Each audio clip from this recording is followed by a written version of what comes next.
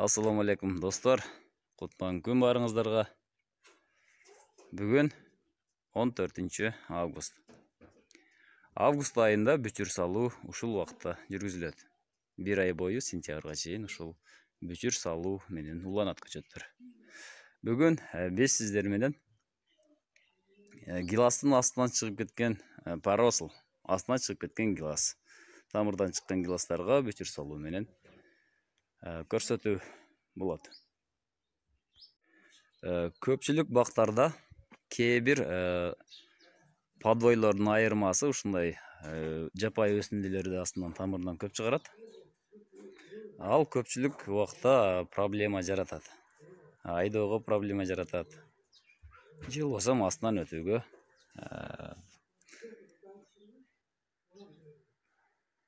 кедерги болот. Мына ушул көчөттү жөн гана казып алып таштабастан өзүңүздөр улап койсоңуздар, ал сиздерге көчөт болуп калат. Азыр мына ушул подвойлорго, өсүндүлөргө бүчүр салабыз. Биз менен бирге болуп туруңуздар. Бизге керектелүүчү материал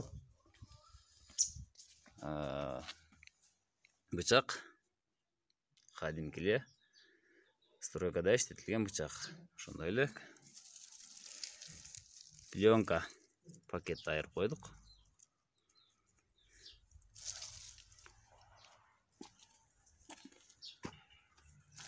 Мына достор, жерден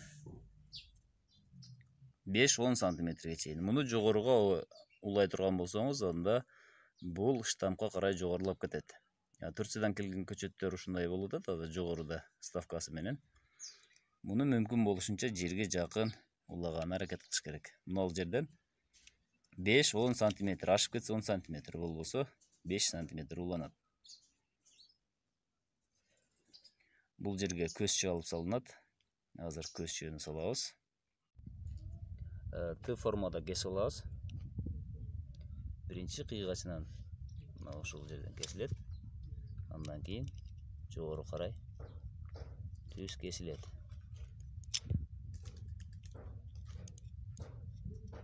Түз кесип алдык. Мына ушул жактан, мына ал эки оң жак, сол жак кабыкты ачып алабыз. Мынакей кабык ачылды. Мына эми бул жагын ачабыз. Эми ушул жерге үстүнөн мына жерден бүчүрдү кийгизип коебуз. Мына бул көзчө. Көзчө эки жагы кабыгы бирдей болуш керек. Асты менен үстү дагы бирдей болуш керек. Мына бүчүр.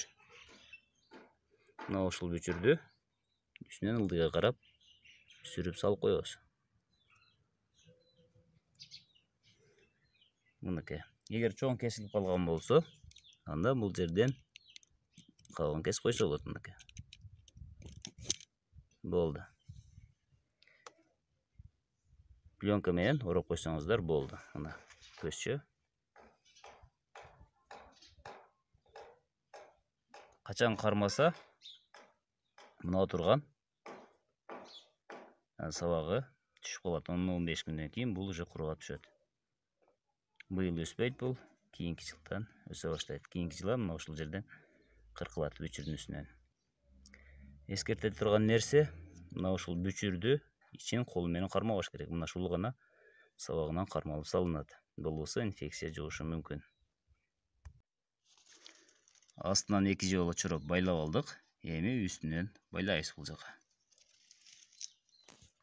Бүчүр улоодо кунт коюучу жери Т формасында кескенде ичиндеги талча жиптер калбаш керек. Кабыкты толук ажыратуу керек. Бүчүрдү чукурураак жыгачын кошпостон кесип алыш керек. Үчүнчүсү бул өтө бекем тартып байлаш керек. Себеби кабык менен кабык сонун жакшы жабыш керек. Мына ошондо жакшы көктөө мүмкүнчүлүгү бар. Мына достор, бизден бүчүр улоо аяктады. Мына ушул эле.